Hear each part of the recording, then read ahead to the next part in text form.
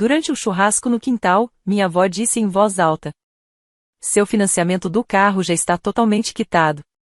12 mil não é pouca coisa, mas você merece. Eu pisquei, confusa. Vó, eu nem tenho carro. A mesa ficou em silêncio. E, como no roteiro, minha irmã apareceu naquele exato momento, balançando um novo molho de chaves na mão. Não falei nada. 2 horas depois, abri o aplicativo de empréstimos no celular e lá estava. Aí, minha avó enfiou a mão na bolsa, puxou uma pasta e a deslizou sobre a mesa sem olhar para ninguém. Era para ser uma tarde tranquila. Hambúrgueres, limonada, cadeiras de praia espalhadas num gramado que ainda cheirava a cobertura fresca. Um simples churrasco no quintal. Nada demais. Daqueles dias em que você chega com o abdômen definido e vai embora com picadas de mosquito e um pouco de insolação. Eu não esperava drama. Fui para apoiar, para estar presente, talvez virar uns cachorros quentes, rir com as crianças, sumir no fundo como sempre faço. Não fui para causar. Só queria aparecer. Mas aí minha avó falou, em voz alta, alegre, como se estivesse fazendo um brinde. Os empréstimos do carro foram quitados. 12 mil não é brincadeira, mas você vale a pena. Risadas ao redor da mesa. Ela fez uma pausa. Eu pisquei. Vó, eu não tenho carro. Silêncio. Ela pareceu confusa, virou-se discretamente para a esquerda um breve lampejo de pânico. Foi aí que minha irmã entrou, exibindo as chaves novas como se tivesse acabado de ganhar um prêmio. O chaveiro brilhava em vermelho e cromo. Ela sorria, como se não tivesse escutado nada. Ninguém disse uma palavra. Nem minha mãe, cortando melancia. Nem meu pai, encarando o prato como se fosse revelar alguma resposta. Nem meu primo Andrew, que normalmente fazia piada de tudo. Todo mundo apenas se mexeu. Foi nesse momento que eu soube, não foi um erro. Eu não deveria saber. Não era para eu ter perguntado. Abriram um financiamento no meu nome, sem me consultar, achando que eu não descobriria. Ou que eu aceitaria calada, como sempre. Sorria, acene com a cabeça, diga que está feliz e entregue mais um pouco de si. Mas eu não discuti. Não confrontei ninguém. Fiquei ali, com a pele formigando no sol do verão, e me sentei de novo, como se nada tivesse acontecido. 2 horas depois, enquanto todos riam de um TikTok na TV grande que eu dei de presente no último Natal, abri meu aplicativo de empréstimos. Aprovado. 12 mil dólares quitados. No meu nome. Não disse uma palavra. Minhas mãos não tremiam. Meu maxilar não estava tenso. Só fechei o aplicativo, verifiquei a data e tirei um print da página de aprovação. Quando levantei os olhos, vi minha avó vindo na minha direção. Sem sorriso. Sem me encarar. Ela só puxou uma pasta amarela grossa da bolsa e a empurrou pela mesa. Sem uma palavra. Lá dentro, impressões, contratos, documentos da concessionária.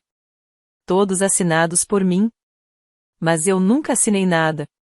Naquela noite, às 2h03, meu celular acendeu com notificações, 13 mensagens, 5 chamadas perdidas e um áudio da minha irmã começando com: por favor, não faz nenhuma besteira, tá? Não respondi. Eu já tinha feito algo muito pior, permaneci em silêncio. A pasta ficou no balcão da cozinha por 3 dias. Eu nem toquei. Não no começo. Deixei lá, como se fosse uma relíquia amaldiçoada. Me desafiando a abri-la de novo. Na terceira noite, quando o sono não veio, finalmente cedi. Foi então que tudo começou a fazer sentido. Não era só o carro. Era a conta de luz do outono passado, aquela que minha mãe disse que devia ser um erro, quando perguntei por que tinha sido cobrada 2 vezes. Era o segundo serviço de streaming que meu pai ainda usava, mesmo eu tendo removido os perfis dele meses atrás. Era o depósito escolar de 500 dólares para o filho da minha irmã. Só por um tempo, disseram. Mas nunca devolveram. E eu nunca mais toquei no assunto. Eu tracei as datas e alinhei as cobranças. Cada favor virou precedente. Cada real que eu cobria se tornava obrigação. E cada silêncio meu cada vez que deixei passar se tornava permissão. Eu não era parte da família. Eu era o financiamento. Me senti usado. Financeira e emocionalmente. E o pior, eles sabiam. A pasta da minha avó estava cheia de recibos literais e simbólicos. Impressões da concessionária, apólices de seguro, meus dados bancários. Páginas e mais páginas de decisões ousadas tomadas com uma confiança roubada e uma intimidade fingida. Na última folha, lá estava minha assinatura. Uma cópia mal feita, tirada de um contrato antigo que eu tinha assinado para um estágio de verão. Rabiscada de forma preguiçosa num contrato financeiro. Eles nem tentaram disfarçar. E por que tentariam? Eu era o confiável. O calado. Aquele que não causava cena. As lembranças vieram como labaredas. O aniversário que eu não fui convidado porque só cabiam 10 pessoas à mesa, mas meu extrato mostrou uma cobrança de $600 do buffet. O casamento em que banquei os arranjos florais e meu nome sequer apareceu no programa. A viagem em grupo em que eu paguei o Airbnb, e a mensagem de agradecimento foi enviada para outra pessoa. Tudo se reorganizou na minha cabeça. Não como ofensas isoladas, mas como evidências de uma traição longa e silenciosa. Eles não me amavam menos. Eles só me valorizavam mais pelo que eu podia oferecer do que por quem eu era. E eu deixei. Deixei que me dissessem que eu tinha sorte por estar incluído. Deixei que rissem quando me oferecia para ajudar porque ajudar era a única forma de ser aceito. Mas agora, estava tudo ali. No papel. Eles gastaram $12.000 no meu nome. Compraram um carro. Entregaram as chaves para minha irmã. E sorriram, como se fosse um presente. Porque achavam que eu ia fazer o de sempre, pagar, sumir, e agradecer por uma gratidão que nunca vinha. Mas dessa vez, eles erraram.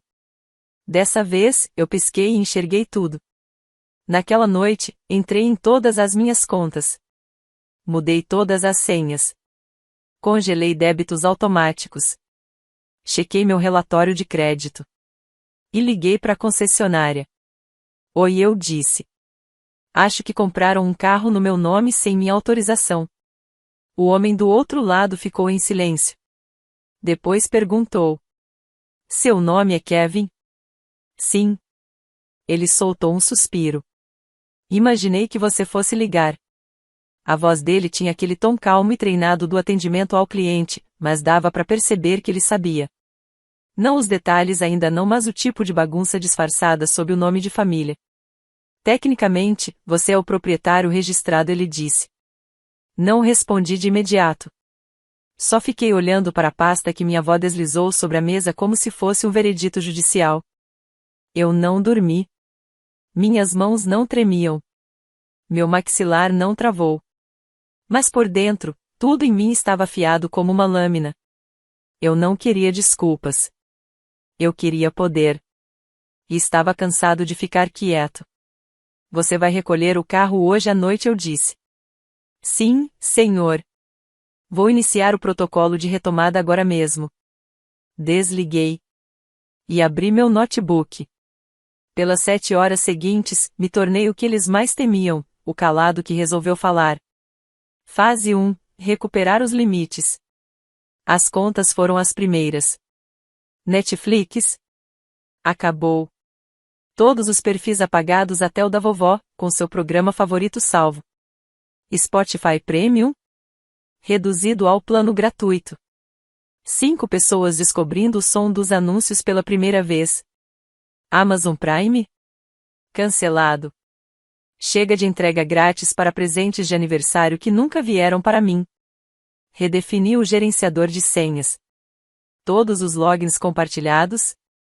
Deletados. Smart Home? Eu que montei tudo. Eu mesmo desmontei. Termostato bloqueado. Câmeras desconectadas.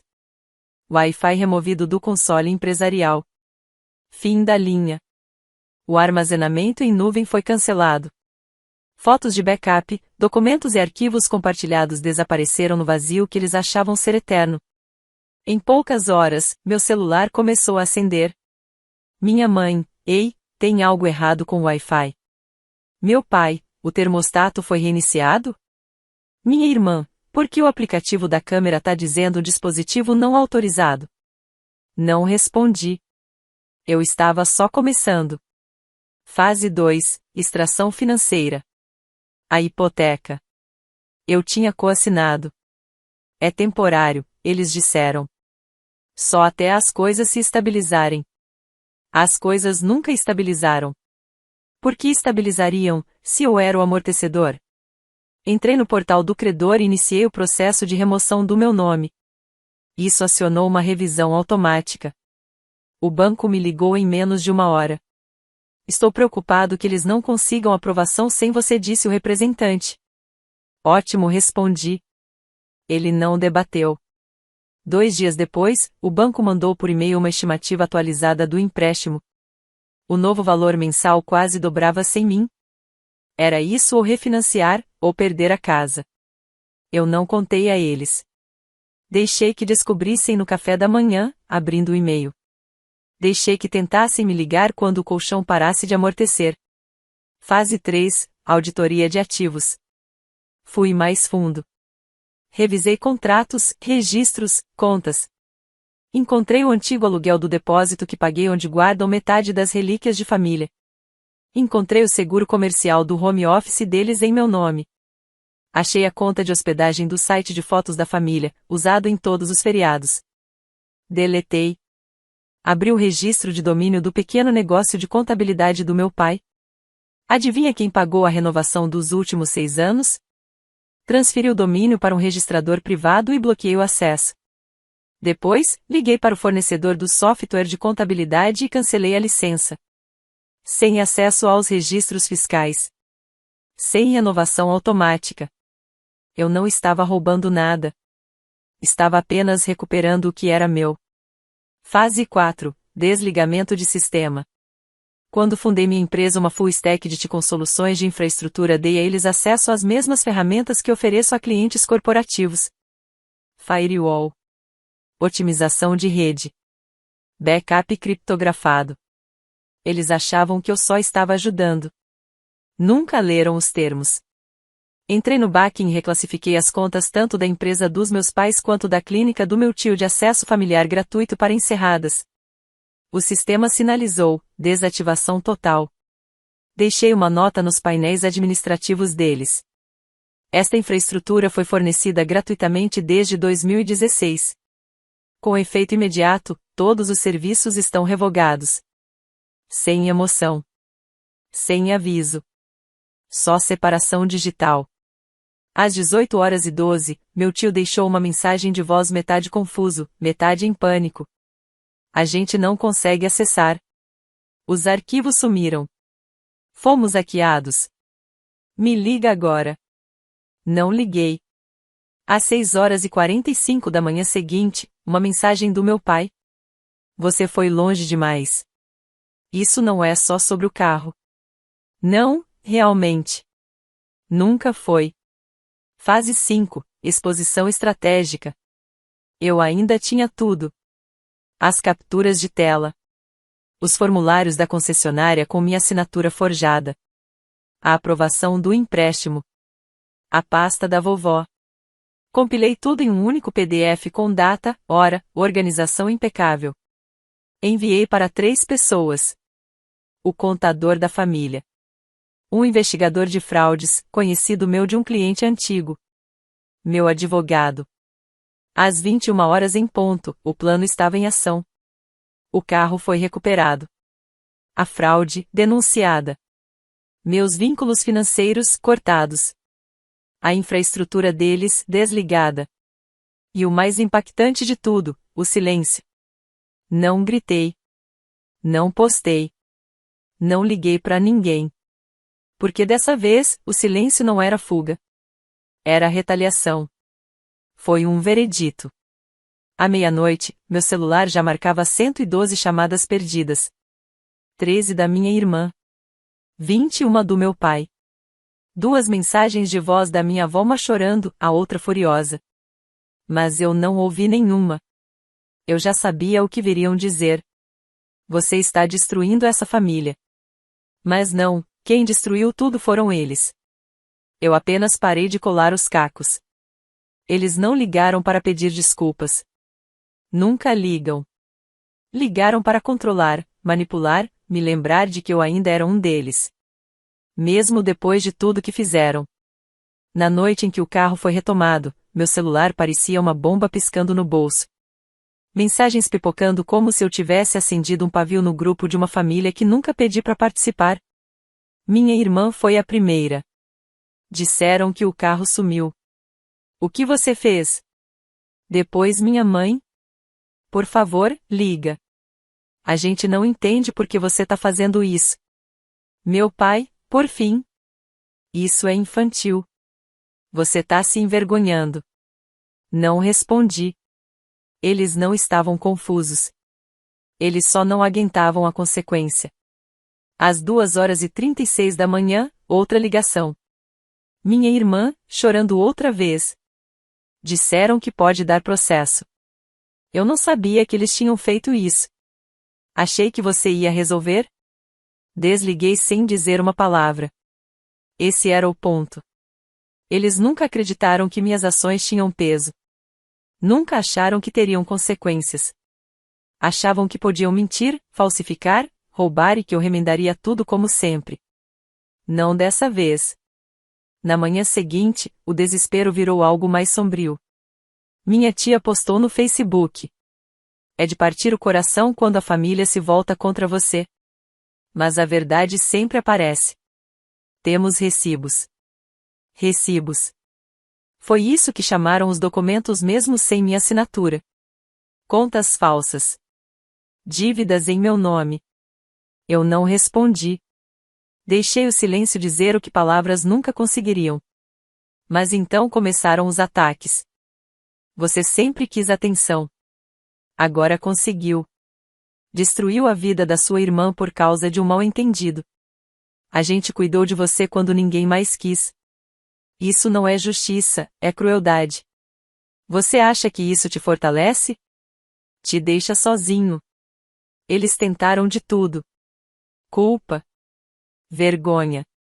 Pena. Manipulação. Puxaram todas as alavancas menos a que realmente importava, responsabilidade. E quando nada funcionou, apareceram na porta do meu apartamento. Sem aviso. Sem horário. Só batendo, gritando do lado de fora. Fala com a gente. Você ainda é nosso filho. E então meu pai. Você vai se arrepender. Você sempre volta. É só esperar. Eu não abri a porta. Nem cheguei perto. Eles não estavam ali por resolução. Estavam ali para retomar o controle. Queriam voltar ao velho normal, onde eu ficava em silêncio e eles ficavam confortáveis. Naquela noite, recebi um e-mail da minha mãe. Assunto: você fez seu ponto. Corpo: estamos entrando em contato com o advogado. Isso não foi fraude. Foi família. Se continuar nos atacando, tomaremos medidas legais. Eles tentaram inverter o roteiro. Fingir que eu ultrapassei o limite.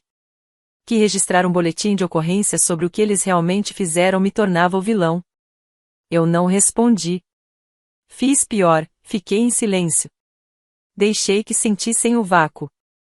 A ausência do resolvedor. O espaço vazio deixado quando o confiável para de atender e começa a agir. No dia seguinte, o tom mudou. Por favor, fala com a gente. Você já deixou claro seu ponto. A gente tá desmoronando aqui. Nunca pensamos que ia chegar a esse ponto. E então minha irmã, de novo. Eu não sabia o que eles estavam fazendo. Achei que você ia ficar bem. Mas ela sabia. Todos sabiam. Contavam com o meu silêncio. E quando perderam isso, perderam a proteção. Naquela semana, fui ao meu advogado. Mostrei tudo.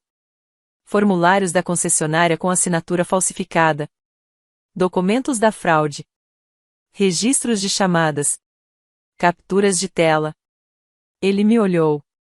Quer prestar queixa formal? Não. Só prepare tudo. Caso eles queiram fazer. Boa jogada, ele respondeu.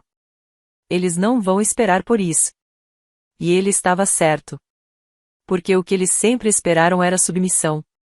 Um suspiro. Um aceno. Um sussurro, tudo bem. Mas não dessa vez. Eu não gritei. Não bati a porta. Não deletei ninguém dramaticamente da vida. Fiz algo bem mais definitivo. Deixei que se desfizessem sozinhos. No fim de semana, recebi mais uma mensagem da minha irmã. Uma linha só. Você terminou? Porque eu tô prestes a perder tudo. Fiquei olhando para a mensagem dela por um longo tempo. Depois digitei não, e apaguei. Não porque mudei de ideia. Mas porque percebi algo mais assustador do que qualquer resposta que eu pudesse dar. Eu não tinha mais nada a dizer. Não era retaliação. Era responsabilização. E era permanente. Eu não tinha a intenção de tornar nada público. No começo, o silêncio parecia mais limpo, mais frio, quase cirúrgico. Mas foram eles que quebraram o silêncio primeiro. Não só em mensagens, não só pelas minhas costas. Eles tornaram tudo público.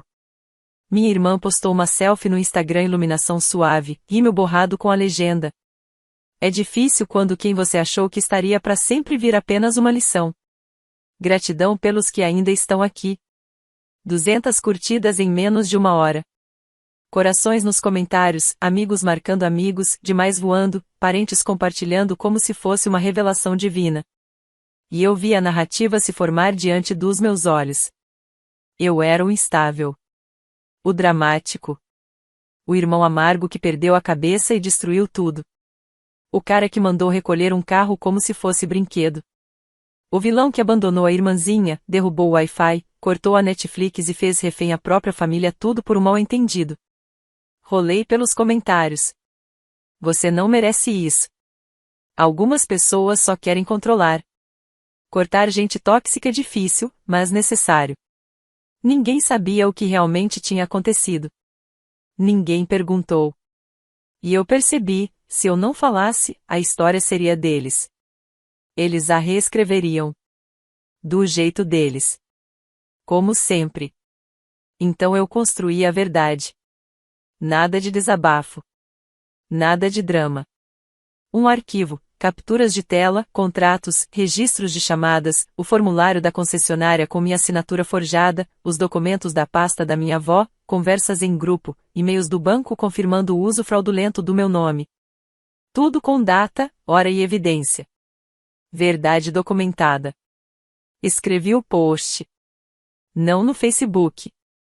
Não no Instagram. No LinkedIn. Porque eu queria estar no espaço que importava. Onde o mundo me via como eu sou, uma pessoa calma, competente e firme. Manchete: quando a família ultrapassa os limites. Um alerta sobre abuso financeiro e violação de identidade. E então contei a história. Sem emoção, só os fatos. Como meu nome foi usado no empréstimo de $12.000 sem minha autorização. Como o carro foi dado de presente a outra pessoa. Como, em vez de um pedido de desculpas, recebi mentiras públicas. Não citei nomes. Mas quem precisava entender, entendeu. No fim do dia, mais de 30.000 visualizações. E as mensagens começaram. Não de desconhecidos, mas de pessoas que eu não ouvia há anos. Ex-colegas. Velhos amigos de escola. Até um primo que não via desde o ensino médio me mandou mensagem. Obrigado por dizer isso. Achei que era só comigo. No segundo dia, minha caixa de entrada estava lotada. Não só com apoio, mas com histórias. Meu pai falsificou meu nome no financiamento estudantil. Minha irmã usou minhas redes para solicitar cartão de crédito. Eles chamam de ajuda. Eu chamo de dívida. Eu não criei um movimento. Mas toquei num nervo exposto. E minha família percebeu. Rápido. Minha mãe me ligou 11 vezes em uma noite. Nenhuma mensagem de voz. Só chamadas perdidas. Meu pai mandou um e-mail. Assunto: retire isso. Você está envergonhando a todos. Se acha que expor seus assuntos pessoais te fortalece, está enganado.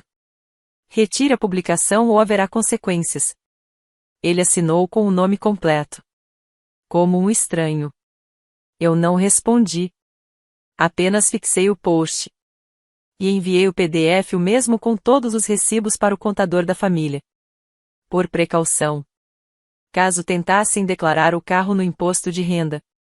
Anexei uma nota curta. Em caso de auditoria, esteja ciente de que não autorizei nem iniciei esta compra. Relatório arquivado por uso indevido de recursos financeiros. Documentação anexada. Sem drama. Só proteção legal. Naquela mesma noite, minha prima Eli me ligou. Eu vi tudo, disse ela, com a voz tremendo. E então completou. Você precisa saber, eles estão dizendo que você é perigoso. Que está tentando destruir a família de propósito. Que perdeu o controle. Eu ri. Não porque fosse engraçado, mas porque era previsível. É isso que dizem quando o bode expiatório tira a máscara da farsa. Mas Eli ainda não tinha terminado. Teve uma reunião, ela sussurrou. Vovó, tio Rei, sua mãe, todos. Eles imprimiram mensagens falsas. Dizem que foram enviadas por você. Eu congelei. Tem certeza? Eu vi uma. Dizia que você ia processar todo mundo. Que estava criando um fundo de vingança para acabar com a família. Eu apenas agradeci. Depois, fiz outra cópia da pasta PDF, agora com um novo nome. Resposta preparada, defesa da reputação. Abri meu e-mail e fiz o que estava evitando há semanas. Enviei tudo para meu advogado. Todos os documentos. A publicação do LinkedIn. As ameaças no grupo da família. As capturas de tela que Eli tinha me mandado, discretamente. 10 minutos depois, ele respondeu. Conversamos segunda, mas só para constar, isso já é suficiente para difamação, fraude e uma ação civil. Eu não queria um processo. Mas queria estar preparado. Porque poder de verdade, não está só no que você fala. Está no que você pode provar. Na manhã seguinte, a máscara começou a rachar. Tio Rei mandou. Retire a publicação. Você está humilhando seus pais. Minha avó. Você deveria se envergonhar de nos expor online. Minha irmã mandou só uma frase. Espero que tenha valido a pena. E, pela primeira vez, eu respondi. Não valeu a pena. Foi necessário. Depois disso, bloqueei ela. Não por raiva. Por paz. Porque quando alguém comete roubo de identidade emocional, você não deve a essa pessoa um encerramento. Você deve a si mesmo liberdade. Eu não me vinguei publicamente. Eu fui a público para poder respirar. E quando fechei meu laptop naquela noite, entendi algo com clareza. Eles não estavam furiosos porque eu menti. Estavam furiosos porque, pela primeira vez, eu disse a verdade em voz alta. E agora, todos podiam ver. Sem máscaras. Eles não queriam perdão. Eles queriam acesso. Não vieram fazer as pazes. Vieram cobrar uma posse que achavam que ainda tinham sobre mim. Era domingo. Silêncio. Muito silêncio. Eu tomava café com a janela entreaberta, lendo mensagens de apoio. De amigos antigos, estranhos, pessoas que agora me viam como eu realmente sou. Não o problema. Não o ingrato. Mas o sobrevivente que parou de sobreviver e começou a andar. Então a campainha tocou. Antes de olhar, eu já sabia. Mãe. Pai. Minha irmã. Ela, 3 passos atrás, de óculos escuros, como se tristeza fosse acessório. Pareciam missionários vendendo redenção. Minha mãe segurava uma caixa. Não perguntei o que tinha dentro. Meu pai falou primeiro. Só queremos conversar. Minha mãe estendeu a caixa como um gesto de paz. Está tudo aqui. Os recibos. O documento do carro. Encerramos as contas. Estamos tentando fazer o certo. Deixei que falassem. Deixei que tentassem usar as palavras que achavam que consertariam tudo. Você sempre foi amado. Não sabíamos que você se sentia assim. Estávamos pressionados. Foi pânico. Não foi isso que queríamos fazer. Mas há algo estranho que acontece quando as pessoas percebem que perderam o controle. Elas fingem que nunca quiseram ter controle em primeiro lugar. Minha irmã ficou em silêncio até o fim. E então, como um relógio, disse a frase que eu sabia que viria. A gente era uma família antes de tudo isso. Tudo isso como se a verdade fosse a ruptura. Como se meu limite fosse o problema. Como se o erro fosse eu não querer mais pagar por tudo. Saí, fechei a porta atrás de mim não para convidá-los a entrar, mas para terminar ali mesmo. Olhei para o meu pai. Você não perdeu um carro. Você perdeu o direito de perguntar. Depois, para minha mãe. Você não perdeu um filho. Perdeu seu escudo silencioso. Por fim, encarei minha irmã. Eu precisei redefinir o que posso dar. Eles ficaram ali, esperando. Esperando pela rachadura, pelo momento em que minha voz tremeria. Esperando eu dizer. Mas vocês ainda são minha família. Mas eu não disse. Eu apenas disse. Não tem mais volta. Não é porque eu te odeio. É porque, finalmente, eu gosto demais de mim para voltar rastejando para aquela gaiola. Minha mãe sussurrou. Então é isso? Eu assenti. Sem discursos. Sem cena. Só isso. Meu pai me olhou como se eu fosse um estranho. E, pela primeira vez, ele estava certo. Ele não conhecia a pessoa que estava na frente dele. Porque aquela de quem ele se lembrava teria pago o almoço depois disso. Teria pedido desculpas por ter causado desconforto. Teria se oferecido para levá-los em casa. Mas eu não era mais aquela pessoa. Eles foram embora sem dizer mais nada. Sem drama, sem promessas, sem chantagem. Apenas o som seco da porta do carro se fechando. Eu não fui até a janela ver ele saindo. Não esperei uma segunda tentativa. Simplesmente me virei, entrei de volta. Sentei à mesa. Terminei meu café. E, pela primeira vez na vida, não senti que devia nada a ninguém.